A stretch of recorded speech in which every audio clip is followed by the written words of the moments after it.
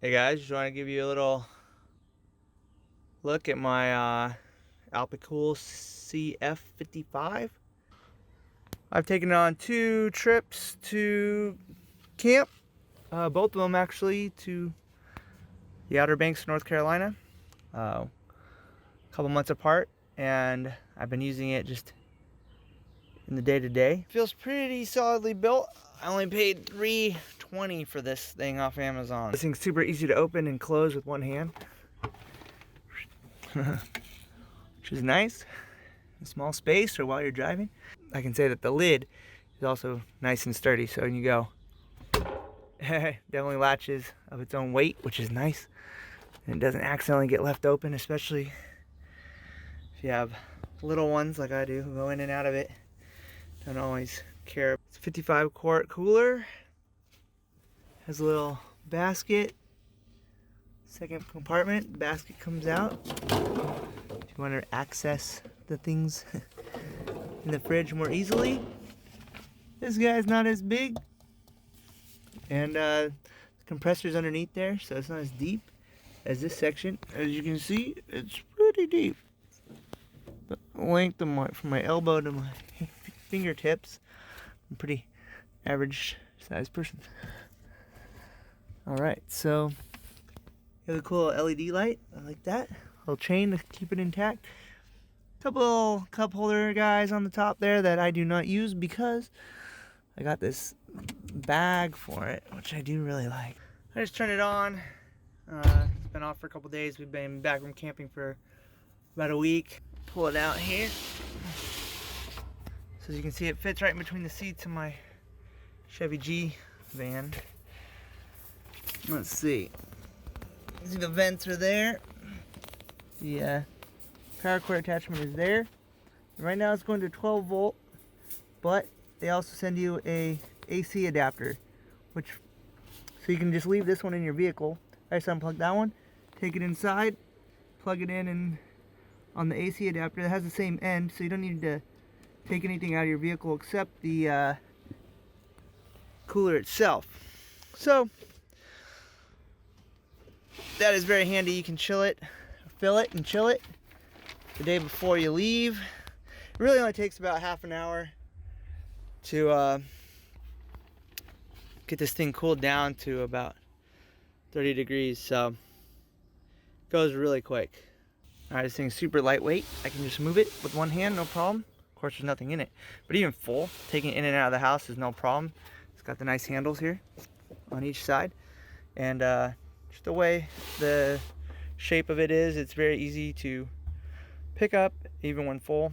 It's not like a standard ice chest where it's just super hard to get your arms around it when it's full, when it's heavy. And if you're not working out like me, I'm not working out, so this is super easy to take in and out of the house to load it and get it cooled off. Well, it cools off really fast either way, which is a blessing. In my experience, you can go from room temp to freezing very quickly, even when it's warm outside, or even in the van. And if I flip it on the 12 volt, just by itself, it'll cool down. I've only had it on for a couple minutes and it's already dropped down from 60 plus Fahrenheit to 38 while I've been sitting here talking, so you can see how well it does. As with everything camping, you know, it's just about what fits your style, what fits your layout. So for me, I love this tall rectangular shape because it fit no problem in between my armrests of my van seats. And that was critical because this is the best spot for it. Not only is it the most accessible, but it's the best unused space that I have in my van. So we have this control panel. You have the up and down for the temp. And then you have a little button here for settings. You can set to Eco or Max. Max is going to draw some more watts, I think, and bring that temp down a little quicker.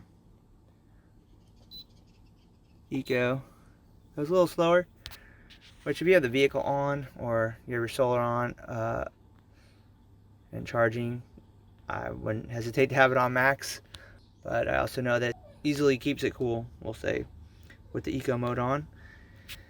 I've used both, no problem. And then of course you have the power button, which is super simple. Just power off and power on. Here it comes back. You have the voltmeter here, which is nice. Tells you where your 12-volt battery's at. And then it also gives you a battery indicator with 5 bars indicating your battery level. And it seems to be a pretty good reflection as far as I can tell. With my new lithium battery, it stays up without much of a problem. On my old battery, it would definitely sag. It would show low battery voltage drop when the compressor would kick on. Just enough information, but not overly complicated. And I'll see, look, there we go, down to freezing already, no problem. This guy. Hi. Alright, so the dimensions are 27 by 13.5 by 21. I'm rounding a tiny bit. So for me, in this setup, you can see how it is in relation to my seats. And there's what it looks like when my middle seat is down. Still get into this guy, no problem. The main thing I was looking for was something that fit exactly in this spot in my van. And then I chose one that was well rated and fit my budget. Because there's a lot of options with different shapes and sizes. So definitely measure the spot where you're going to put your cooler and go from there. I would definitely check out the insulated case. Seemed to help keep this thing cool even in the daytime when we're out camping. It was pretty warm, direct sunlight. Like I said, good for the padding, if nothing else. I would say that the biggest takeaway for me on the CF55 is that it does the job. It's a good budget-friendly setup. So I'll give it a big thumbs up. It's worked great for me. I hope it works great for you if you decide to grab one yourself. All right.